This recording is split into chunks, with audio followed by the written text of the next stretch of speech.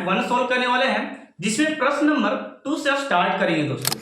यहाँ पे मैंने प्रश्न लिख रखा है, दर्शाइए कि कोई भी धनात्मक विषम पूर्णांक का विषम पूर्णांक 6q+1 या 6q+3 या 6q+5 का रूप का होता है। इस रूप में हमको लाकर बताना है कि नहीं।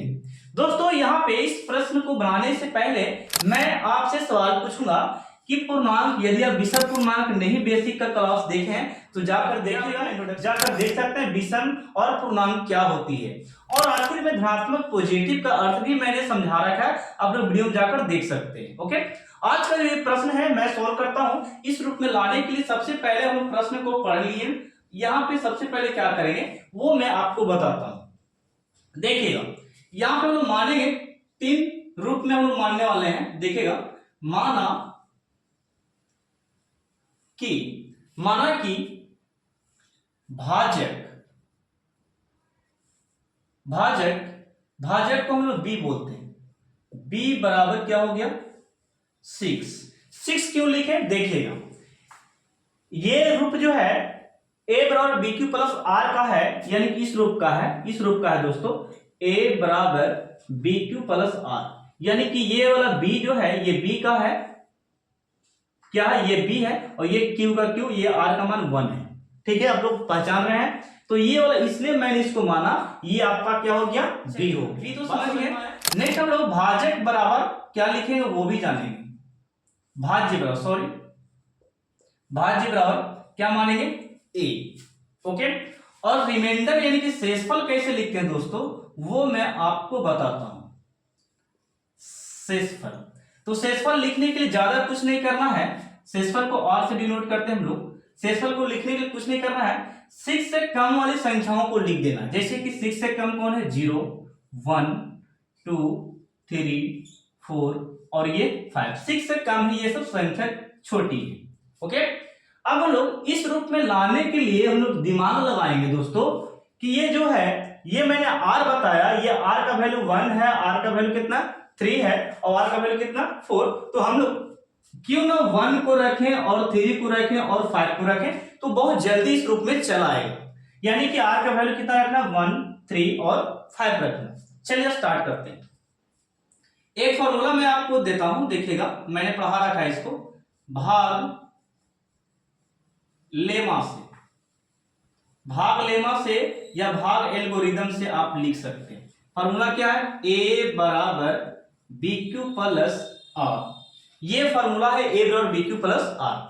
मान बैठना स्टार्ट करेंगे, जब r बराबर क्या रखेंगे 1। r बराबर क्या रखने वाले, 1 रखने वाले। ठीक है, आप चाहे तो इसको भी सभी को रख सकते हैं बारी बारी से। मैं क्या बता डायरेक्टली मैं आपको लाकर बता रहा हूं 1, 3 और 5 के रूप में, तो ये मैंने रख रहा हूं, मैं विषम संख्याओं को रख रहा हूं। विषम संख्या 1 है, 3 है और 5 है, विषम संख्या को मैं ले रहा हूं। तो यहां पर लिखेंगे क्या, a का a लिखा मैंने, और b का वैल्यू कितना है 6 है, तो यहां पे 6 लिखा, और q का q मैं रह दिया। r का वैल्यू कितना 1, तो यहां पे r बैठा है। तो बताइए ये जो है रूप का आया कि नहीं, देखिए इस रूप में आ गया, यस। अब नेक्स्ट हम लोग यहां पे फिर से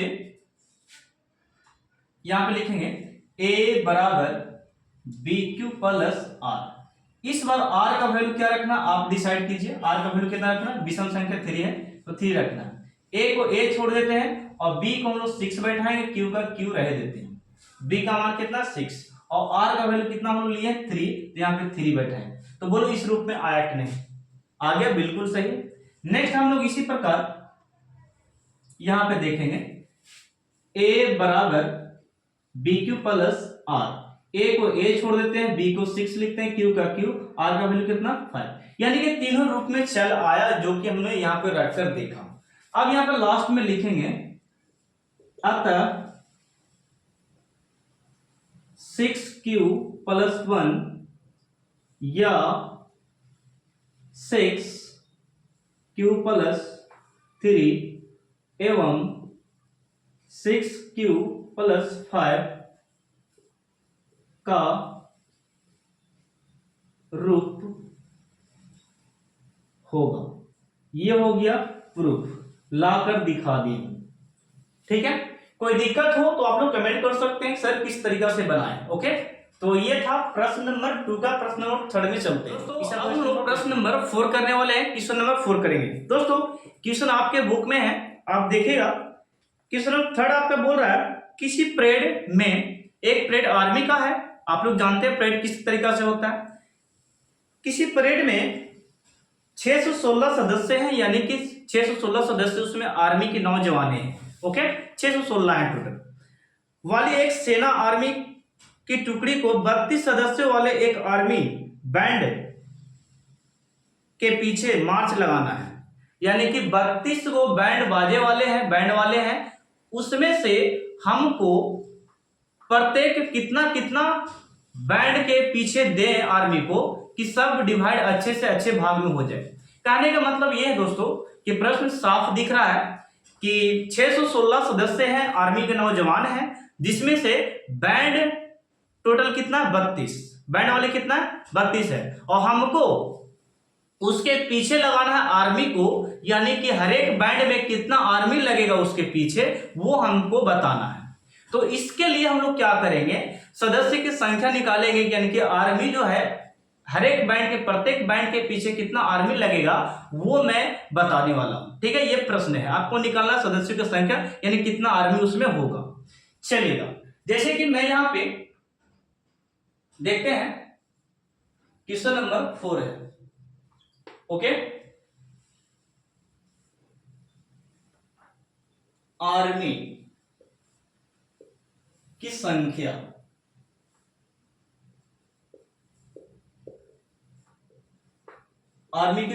टोटल है 616, 600 कितना 16, और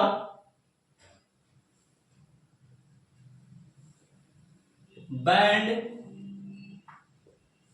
की संख्या टोटल है 32। कितना दिया 32। चलिए देख लेते हैं एक बार। हाँ, 32 टुकड़ों में डिवाइड है। अब इसको ये 616 जो है, इसके पीछे हम लोग प्रत्येक बैंड के पीछे कितना सदस्य जाएगा, कितना आर्मी लगेगी, उसकी संख्या निकालने के लिए हम लोग क्या करेंगे, इसका भाग लेमा से निकाल सकते हैं, नहीं तो एचसीएफ निकाल सकते हैं आप। ठीक है, तो मैं इसी से चेक कर लेता हूं, भाग लेमा से। ठीक है, एचसीएफ निकाल लेते हैं। 616 यहां पे देखिएगा हम लोग कितना बार में लगा सकते हैं, इसको जरा देखिएगा। ओके, तो दोस्तों यहां पे देखना 32 एक बार में लगा देते हैं यहां पे। ठीक है, 32 हो गया। अब यहां पे 11 में से 2 गया, कितना बचेगा बताओ, यहां पे कितना बच गया, यहां पे 9 बच गया, 5 में से 3 जाएगा तो यहां पे 2 बचा, ऊपर से कितना आ गया 6। अब इसको हम लोग कितना बार में लगा सकते हैं, ये जरा देखिए। 3 और 27 9 बार में लगा लें, 3 और 27 यहां पे 9 दूनी 18 के 8 हो गया, और 9 3 27, 27 और 8 28। फिर से गुना कीजिएगा, 9 दूनी 18 के 8 हो गया, और 9 3 27 1 28, घटाइएगा 8 8 16, और यहाँ पे ये हो कट गया, ये भी कट गया।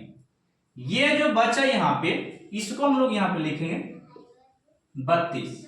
8 चौके कितना हो गया 32, ये आपका कट गया, और लास्ट में जो 0 कर देता है वही मेरे एचसीएफ होती है, यानी कि सदस्य संख्या कितना हो गया 8। तो हम लोग लिखेंगे अतः प्रत्येक